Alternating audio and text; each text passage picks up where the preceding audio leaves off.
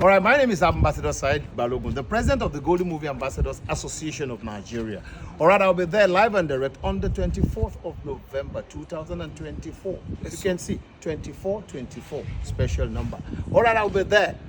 Album listening party of Gold by Ahmad Alawiye. You all know him, fantastic musician. So I'll be there. Album listening party. Radisson Blue. We enjoy yourself at Radisson Blue. Are you there? If you are there, you got to be there. MashaAllah. Thank you. Hi, wonderful people. I'm yours one and only Elijah, Honorable Laide Bakare, and I'm here with Endorse Ahmad Alawiye Alawiye, the Amir Shuara. Alawiye Alalubarika, àwọn legend in the music industry ni wọ́n. MashaAllah. Ó tó bá wá di November 24 ní Radisson Blue, má jókòó lè jáde wá because èmi gan bá wà front báyìí wà là ń ṣe nǹkan. Ká máa gbà yín lálejò lọ́jọ́ náà. Each one tell one, don't miss it for anything. Yes. We can't wait to see you. Ó máa nẹ́nẹ́, ó máa lágbára. Ẹ̀yin olólùfẹ́ mi tá a bá ti ń gbé invite wa jọ́dọ̀ yín, ẹ máa welcome wa. Tìfẹ́. Tọ̀yàyà. We're talking about Gold.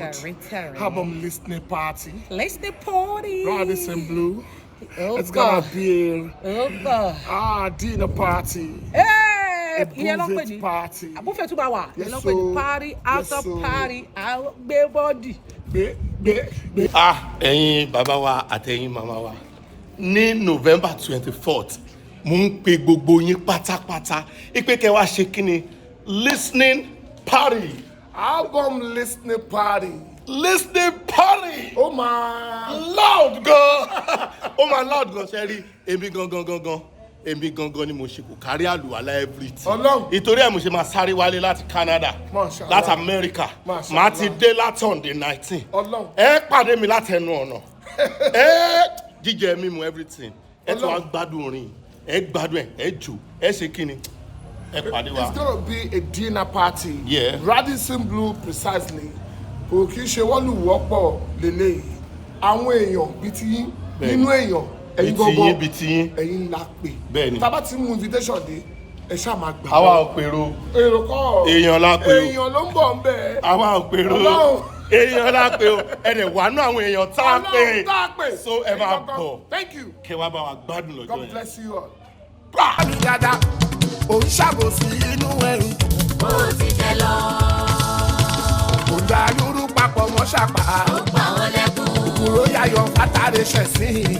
Ẹ sọ fún. Pọ́lọ́hún dé tán ìdájọ́ òjì. Ẹ̀sán àgé. Nítorí gbàtà bá fìwé kà. La ó fi san láyé. Tó bá yọ lọ́hùn tí ó yọrọ ẹ̀. Láà ṣe bí. Láàṣẹ bí. Ọba mi ò ní ṣàfihàn kò ní ṣàfihàn o. Àwọn ẹrú tó dáa. Àwọn ẹrú tó dáa mọ̀dà. Ojú ẹ̀ rábò ìwọ má jẹ̀yìn. Àbòsí níṣẹ́. Dúró alábòsí lówó lówùrọ̀. Tó ń ṣàpagọ́dá. Tó ń rí jẹ lọ́sàn-án bí wọ́n lè rìn. Ṣọ́ọ̀tì ralẹ̀ náà. Tó láti pọ̀ tán ẹ̀dá ló jáde. Balẹ̀ tán. Ṣàgbára mọ́ láti ṣàtúnṣe ojú àmọ́. Aláwùṣàmọ̀nà mi, aláwùṣàmọ̀nà mi o. Ṣàmọ̀nà mi aláwọ̀ ṣàmọ̀nà mi. Pọ́nmi dáadáa, òun ṣàbòsí inú ẹrù. Ó ti jẹ lọ.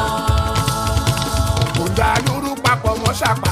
Ó pa wọ́n lẹ́kùn. Kúrò yáyọ̀ fátàrẹ ṣẹ̀sìn. Ẹ sọ fún. Pọ́lọ́hún dé tán ìdájọ́ òjì. Ẹ̀sán àgé. Nítorí gbàtà bá fìwé kà. La ó fi san láyé. Tó bá yọ lọ́hùn tí ó yọrọ ẹ̀. Láà ṣe bí. Láàṣẹ bí. Ọba mi ò ní ṣàfihàn kò ní ṣàfihàn o. Àwọn ẹrú tó dáa. Àwọn ẹrú tó dáa mọ̀dà.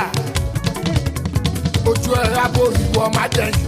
Àbòsí níṣẹ́. Dúró alábòsí lówó lówùrọ̀. Tó ń ṣàpagọ́dá. Tó ń rí jẹ lọ́sàn-án bí wọ́n lè rìn. Ṣọ́ọ̀tì ralẹ̀ náà. Tó láti pọ̀ tán ẹ̀dá ló jáde. Balẹ̀ tán. Ṣàgbára mọ́ láti ṣàtúnṣe ojú àmọ́. Aláwùṣàmọ̀nà mi, aláwùṣàmọ̀nà mi o. Ṣàmọ̀nà mi aláwọ̀ ṣàmọ̀nà mi.